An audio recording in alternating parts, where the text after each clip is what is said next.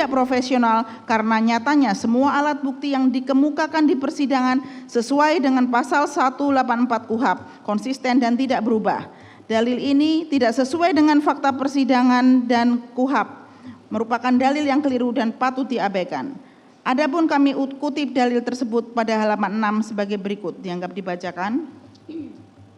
Pertama, dalil keempat penuntut umum adalah dalil yang runtuh dengan sendirinya sebab di dalam halaman 34 sampai dengan 35 nota pembelaan, tim penasihat hukum terdakwa menyatakan bahwa penuntut umumlah yang tidak konsisten dalam menggunakan alat bukti di persidangan berupa A. Penuntut umum tidak menggunakan keterangan ahli-ahli yang penuntut umum sendiri hadirkan untuk menguraikan fakta sidang yang sebenarnya dan memilih membuat asumsi tidak berdasar pada surat tuntutan.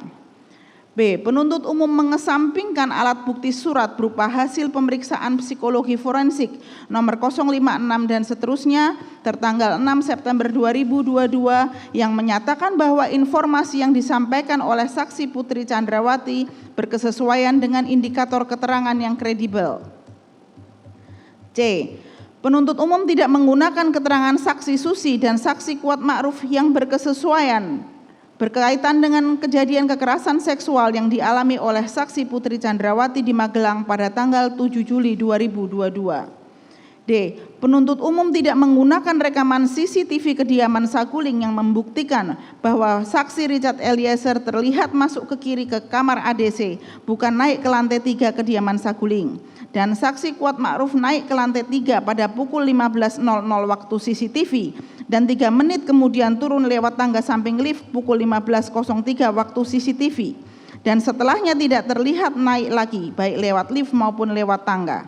Sepertinya penuntut umum menilai bahwa bukti tersebut tidak mendukung bangunan konstruksi surat tuntutan sehingga bukti berupa CCTV kediaman Saguling tidak digunakan. Penuntut umum juga tidak menggunakan rekaman CCTV kompleks perumahan Polri Duren 3 yang membuktikan bahwa terdakwa Ferdi Sambo tidak menggunakan sarung tangan hitam pada saat terdakwa turun dari mobil dan masuk ke dalam rumah Duren 346. Penuntut umum justru tetap menggunakan kesaksian saksi Adzan Romer pada sidang tanggal 8 November 2022 yang menyebutkan melihat adanya sarung tangan dikenakan terdakwa ketika turun dari mobil dan memungut senjata yang jatuh. Vide verbatim nomor 916 sampai dengan 919 halaman 343. Pada persidangan tanggal 20 Desember 2022, ketika CCTV Duren 3 ditayangkan di dalam persidangan, kami telah meminta agar saksi Adzan Romer dipanggil kembali untuk bersaksi agar dapat bersama-sama melihat tayangan CCTV dengan harapan dapat mencabut keterangannya dalam BAP yang diduga diberikan secara bohong, tidak benar, dan atau karena di bawah tekanan.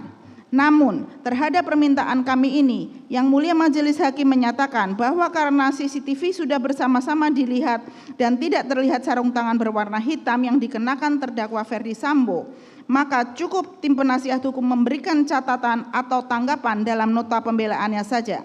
Vide transkrip verbatim tanggal 29 November 2022 nomor 1518 halaman 859 bukti B46. Kedua, lagi-lagi penuntut umum salah menafsirkan premis sehingga menghasilkan konklusi yang salah. Tim penasihat hukum membahas ketidakkonsistenan penuntut umum dalam menggunakan alat bukti, bukan membahas alat bukti yang tidak konsisten dan berubah. Dengan demikian tidak perlu kami menjelaskan lagi dan kami memohon kepada Majelis Hakim yang mulia untuk menolak dalil keempat penuntut umum tersebut. 5. Dalil kelima penuntut umum menerangkan penasihat hukum tidak profesional dalam mempertahankan hak kliennya dengan mengatakan alat bukti yang dikemukakan oleh penuntut umum adalah alat bukti yang tidak sah, dalil yang tidak sesuai dengan fakta persidangan dan KUHP adalah dalil yang keliru dan patut diabaikan. Adapun kami kutip dalil tersebut pada halaman 6 sampai dengan halaman 7 sebagai berikut. Dianggap dibacakan. Dalil kelima penuntut umum terbantahkan sebab pertama, di dalam halaman 35 sampai dengan 37 nota pembelaan, tim penasihat hukum menerangkan mengenai cara perolehan alat bukti dan barang bukti yang tidak sah dan sesuai dengan ketentuan peraturan perundang-undangan berupa A. Hasil pemeriksaan poligraf didapat dengan cara yang bertentangan dengan Perkap nomor 10 tahun 2009 di mana pemeriksaan dilakukan pada saat kondisi saksi Putri Chandrawati sedang tertekan. Dan B, DVR CCTV merek G Lens Security model GFDS 87508M dan seterusnya tidak dapat dijadikan sebagai barang bukti sebab tidak pernah tertera dalam daftar barang bukti, tidak pernah tertera dalam berita acara penyitaan, surat perintah penyitaan, surat penerimaan barang bukti, berita acara pembungkusan dan penyegelan barang bukti, surat permohonan persetujuan penyitaan dan penetapan pengadilan negeri.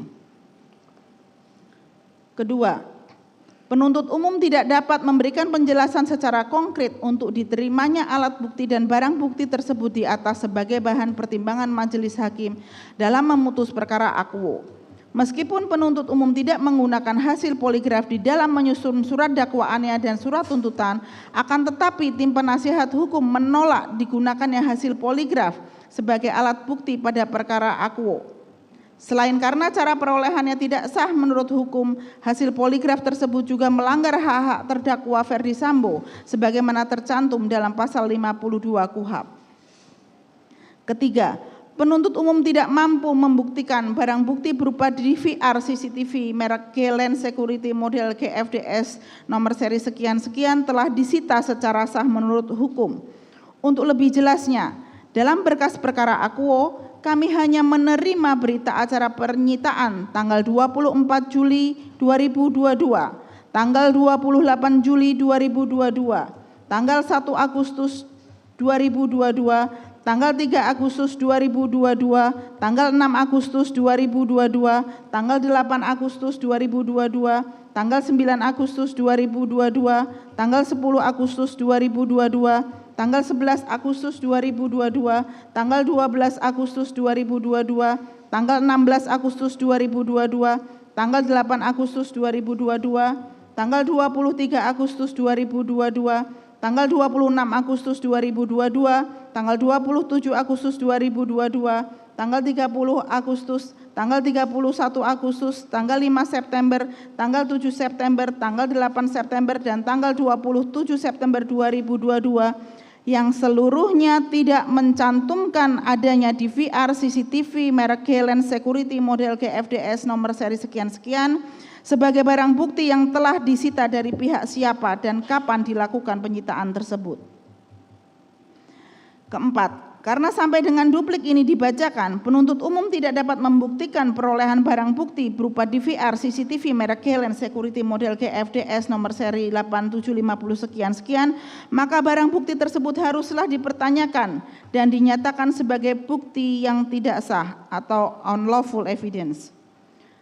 Dengan demikian, dalil penuntut umum terbantahkan. Oleh sebab itu, kami memohon kepada majelis hakim yang terhormat untuk menyatakan bahwa tidak terdapat perbuatan pidana berkaitan dengan perbuatan-perbuatan terdakwa Ferdi Sambo sebagaimana didalilkan dalam dakwaan kedua.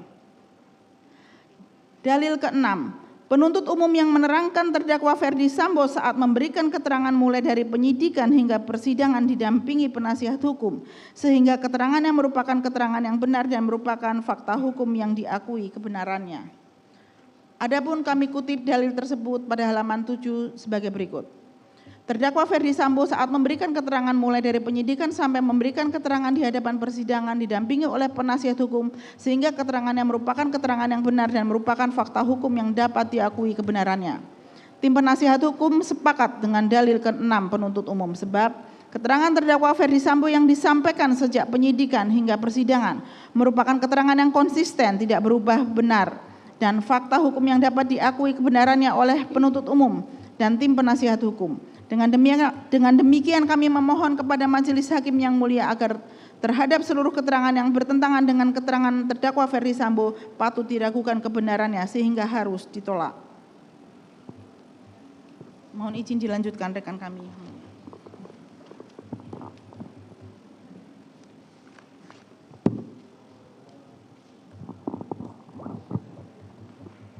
Izin melanjutkan yang mulia.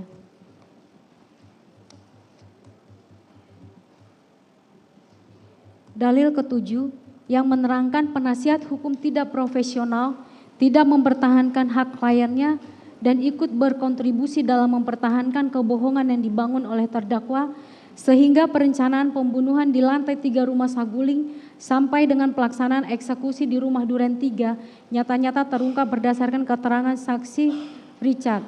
Dalil yang tidak sesuai dengan fakta persidangan dan KUHP adalah dalil yang keliru dan patut diabaikan. Adapun kami kutip dalil tersebut pada halaman 7 sebagai berikut, dianggap dibacakan. Dalil ke-7 penuntut umum adalah dalil yang runtuh dengan sendirinya sebab pertama, tim penasihat hukum dalam halaman ke-37 sampai dengan 39